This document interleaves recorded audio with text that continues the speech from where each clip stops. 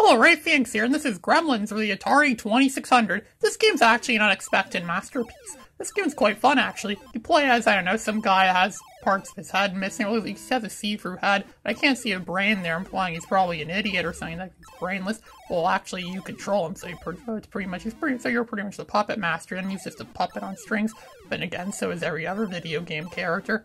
So you have to collect these mogwai there, stop them from eating the food, and they go faster over time. You have to move and collect them. It's kind of like in, what's that game called? Kaboom, I think, or something that where you have to capture the bombs from falling to the ground. So as you see, we collected all the... They didn't get any of the food there, so you get bonus points. And now I have to use a pea shooter thing and then shoot at the mogwai as they coming out of their cocoons to turn to gremlins. We have to kill gremlins. It's very elaborate, rinse, repeat. This game doesn't really have much going for it. Well, it's actually big, but then again, so do pretty much all the other Atari 2600 games. That's just how Atari 2600 games are. They're not much, but they're actually quite a lot of fun. This game actually is a lot of fun. Don't get me wrong, this game's a lot of fun. This is an awesome game. I definitely recommend getting this if you have an Atari 2600 or an Atari 2600 emulator like what I have. This game is a lot of fun, as I keep saying. And because actually Atari 2600 games are not supposed to carry a lot. See, there was an error, and see, ironically enough, around the time this game was made, there was an error where people thought we already gave people the simple, Atari 2600 games that we know, like Pac-Man or Galaxian or Space Invaders. We all know that stuff. But why don't we push the limits of the Atari 2600? Make it do more than what the system is capable of. And hence, there's a lot of games made around 1983 that, for the Atari 2600 that, downright suck. Because they took advantage, or too much advantage over what the thing was, and actually pushed the limits of the 2600. So they pretty much got a lot of, 3D games, or a lot of complicated, puzzle-solving games, or strategy games, or things like that. Things that the Atari 2600 really wasn't capable of doing. We got a lot of those on the system around then, so that's why a lot. But thankfully, this game's not one of those. This game actually is what a good game should be. Well, it's just plain downright fun. You get promoted more levels. That game has what's called adaptive difficulty. The better you are at the game, the harder the game gets. It actually works better than progressive difficulty. So if you're really good at these games, you can just jump into the game, play it, and do well at it, and then you'll get to a harder difficulty very quickly. But if you suck at the game, it's going to be easy on you. That's good. If only the Gremlins in the movies are like that. Gremlins is one of my favorite movies ever. More specifically, Gremlins 2. I really like Gremlins 2 a lot. Gremlins 2, I actually saw Gremlins 2 first, and I really like Gremlins 2. It's such a quotable movie. It's one of the most quotable movies ever. Up there with Empire Strikes Back, definitely. There's so much great action, and great drama, and great tension. Same with the original Gremlins, it had a lot of that too. I remember the guy that played Master Po in Kung Fu played the old Chinese guy that keeps Gizmo and Mogwai in his store, and then the main character's father gets the Mogwai for the kid for Christmas, and then the Mogwai gets wet. Well, and then it multiplies, yeah, and then that's how Gremlins pretty much happens. Don't feed them after midnight. They say don't ever feed your gremlins after midnight. See, no, that's what happens when you get killed. That's pretty much how you lose a life in this game. That's how you get killed. You just get bumped off the screen like that.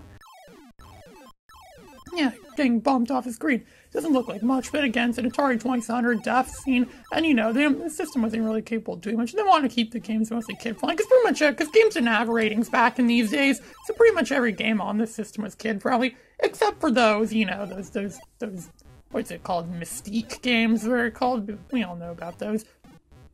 So they're launching more Gremlins, pretty much Space Invaders now, but with Gremlins, or it's almost kind of like Centipede too, but you can't move back and forth like you could do in Centipede. And fun fact too, the Star Wars arcade machine for the Star Wars game by Atari from 1983, it had a minor cameo in the original Gremlins movie. The part where the Gremlins are at the bar, they trash the bar, and then they play that game. The Gremlins play the Star Wars arcade game while they're at the bar. I thought that was pretty funny, having a little reference to Gremlins in there. And then there's also a part too, they're playing a tabletop machine. I think it was Frogger or something like that. So many 80s references. Gremlins is totally 80s. And then there's a part where the Hulk Hogan comes out and has to fight the Gremlins in Gremlins 2 because the Gremlins took over the movie projector. They changed that scene in the VHS version.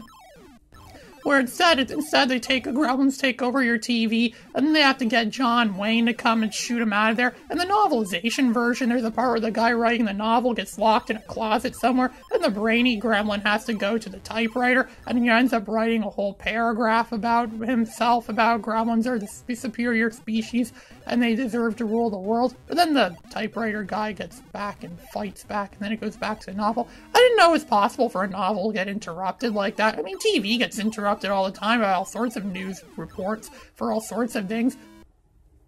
But, you know, but not so much. But not so much really books. Books can't really get interrupted unless it's a comic book or a magazine or something that's filled with ads. You know, comics are filled with ads and like all like, YouTube has a lot of ads too, because we all know, you know what YouTube is nowadays. It's impossible to watch a YouTube video now without getting stopped by several ads. I don't think there's any ads on my videos yet, but that's because I don't have it. My account's not monetized yet. I really wish I could get my account monetized. I really would like to make some money off these videos, and I also wish more people would watch my videos too, but beggars can't be choosers. You can see I'm still on level 8, because the game doesn't think I'm good enough to progress to any more levels of the game. But, you know, like, what's a game? Or maybe level 8's the highest level there is. I don't know. Has anyone ever gotten higher than level 8 in this game? I don't think you could choose which level you start at, too. If I'm across, you'll have Atari 2600 games a lot. I know Empire Strikes Back does that, because on the Empire Strikes Back game on the Atari 2600, at the beginning, the game is pathetically easy in the first few levels. But so if you really want to get a good challenge of that game, you have to start at, like, level 7, I think, or something like that, if you really want a good challenge. And look at that. I think I'm still... Oh, it's not a new game over yet. Well, I guess I could still get some points then. I wonder what the world record is for the highest score at Gremlins. Not that anyone cares. People talk about the world records for high scores for games like Donkey Kong or like Pac-Man. Like some guy, like one time in 1999, a guy actually played on a Pac-Man arcade machine and played a perfect score of like several billion points. And it took him 6 hours to play for the whole game, but he did it. Man, I envy that guy. I wonder if that guy, well, if that guy had a life, you know, like I have a life. I don't spend every day playing Pac-Man or playing any game in general. So I have to get back to that life now. This is Ray Phoenix signing out.